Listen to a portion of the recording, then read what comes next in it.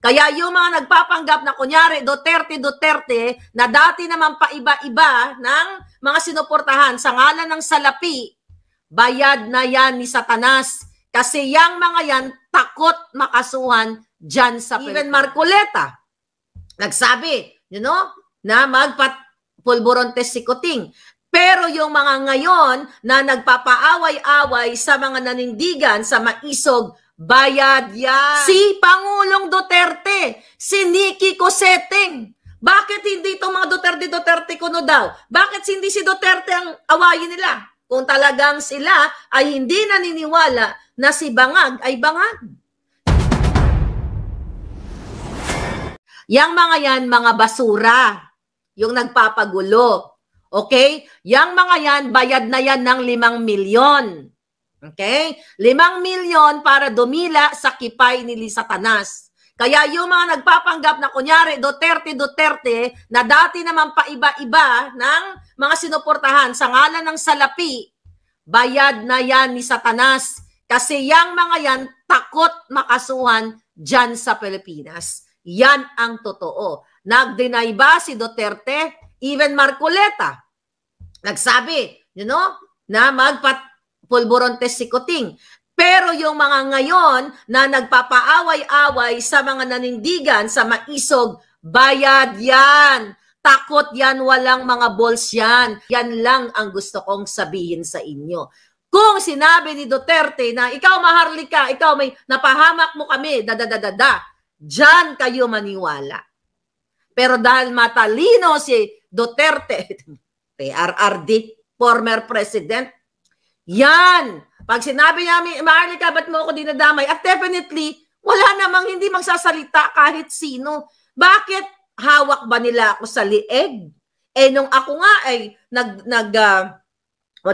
nag-criticize ako kay Pangulong Duterte, nagalit ang ibang DDS, wala akong pakialam. Kasi during that time, yun yung well, in fairness kay Pangulong Duterte, never ever kung minura ng jutang ginemis katulad nitong mga bangag na ito.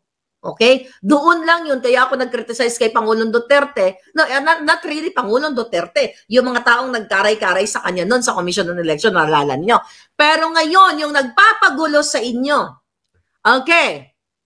Matagal ko na to sinabi sa, I'm not supposed to say this Yung mga nagpapagulo ng utak nyo ngayon na nagpapanggap na Duterte daw, dating Duterte, paiba-iba, sa ngalan ng salapi, definitely nakikita yan di Pangulong Duterte. Si Duterte hindi yan magsasalita na, oy, tumigil kayo, wag nyo ako suportahan. Freedom natin yan. Pero mapagmatsyag kayo. Bakit all of a sudden, ginugulo nila ang maisog? Ang ganda-ganda, di ba?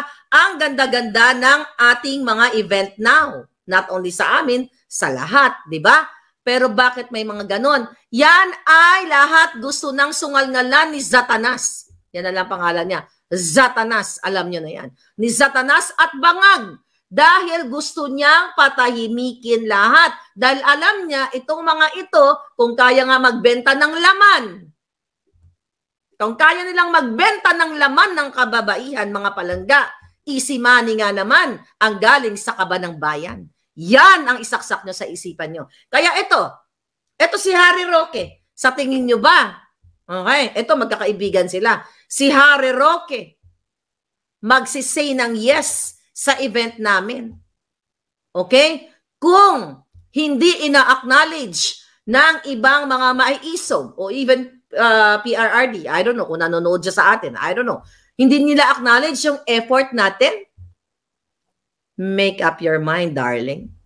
Dahil kung hindi naniniwala si Harry Roque sa ating pinaglalaban, hindi yan nagpapakahirap lumipad at even Attorney Glenn Chong umikot sa Amerika para suportahan ang boses natin.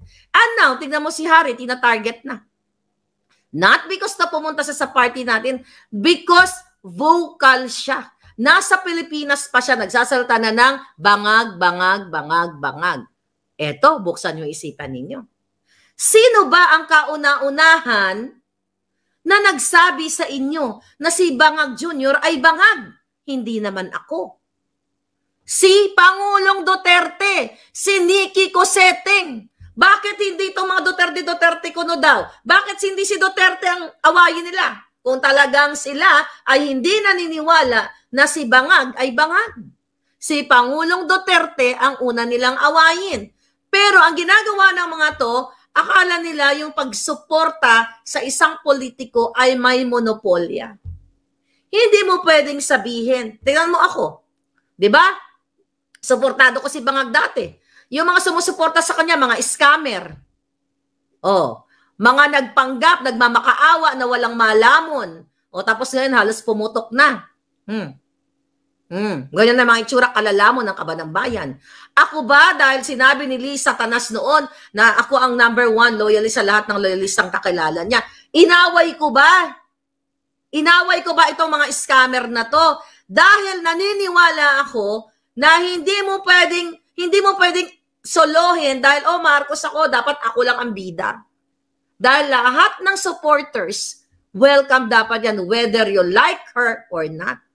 Pero ito ngayon, ang ginagawa nila para ang inyong mga kaisipan ay bilugin. Hanggat hindi nagsasalita hindi magsasalita si Pangulong Duterte, mga palangga. So itong mga ito ay pangpagulo. Bakit?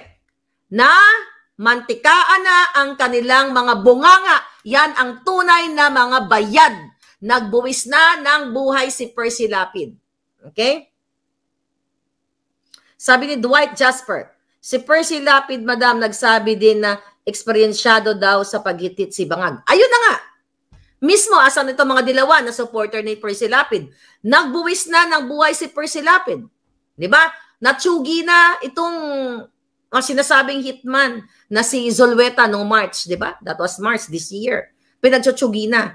At during the Kuting administration. Sino ang nasa likod nito? Thank you for that comment. Dahil si Percy Lapid ay napaka-vocal. Bago ko pa nga, alam mo, nakilala ko lang si Percy nung naano siya, nung nabawian, nung pinatsugi na siya. Tapos tinignan ko ang mga previous video niya, grabe yung kanyang mga tira talaga ng mga pagpupulburonik ni Kuting. So sino ang expect niyong kikitan sa buhay niya? Sa mga fabricated crime na ginagawa dyan sa akin sa Pilipinas, ang pagtatarget ng mga bangag na ito na ginagastos ang pera ng bayan para manggipit, mga palangga. Sino ang nagpatsugi kay Percy Lapid?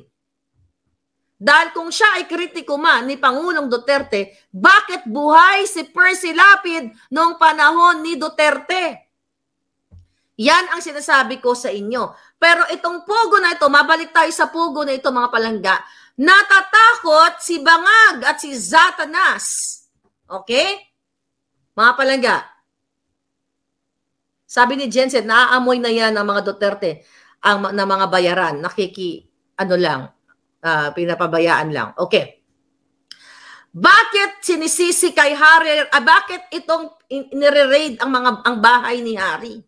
Kasi gusto nilang i-picture sa social media, sa mainstream media, na si Harry ang kumbaga, king, okay, ng pogo. Paano maging king yan? May kapangyarihan ba si Harry? Ngayon, may kapangyarihan ba siya?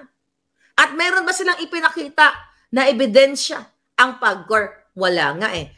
Ito, kaya ginawa ito nila na i-raid o gipitin itong mga tenants ni Harry kasi gusto nga po yun ang ipipicture nila sa inyong kaisipan na si Harry Roque ay godfather ng Pogo. Diba? Pero wala silang may papakitang ebidensya yan. Dahil si Harry meron may papakita yan. At ako, sa basbas ng may hawak ng litrato na si Bangag at si Zatanas ang king and queen ng Pogo. Huwag na kayong magpaloko, magpabudol, di ba? Kunwari, sinabi niya sa kanyang SONA na itigil na ang Pogo hanggang December na lang, pero pinalitan ng rebranding lang. Iba ang pangalan. Diba? Online gaming pa rin. Nakita nyo? Ano ang kapangyarihan ni Harry Roque right now para siya ay maging king ng Pogo? Sige nga. Ang tunay na king ay ang bangag na bangag. Kaya nga nataranta sila ngayon dito sa ating pulboronic video. Kahit anong gawin nila, mga palangga, napanood nyo na. Ulitin ko sa kapapasok lang, pang-7 araw na po ngayong araw na ito nung nagsindak si Gibo, nakakasuhan makipag-ugnayan sa Amerika. Sa kaalaman nyo, wala pa, napanood na ng mga Amerikano yung sumisinghot.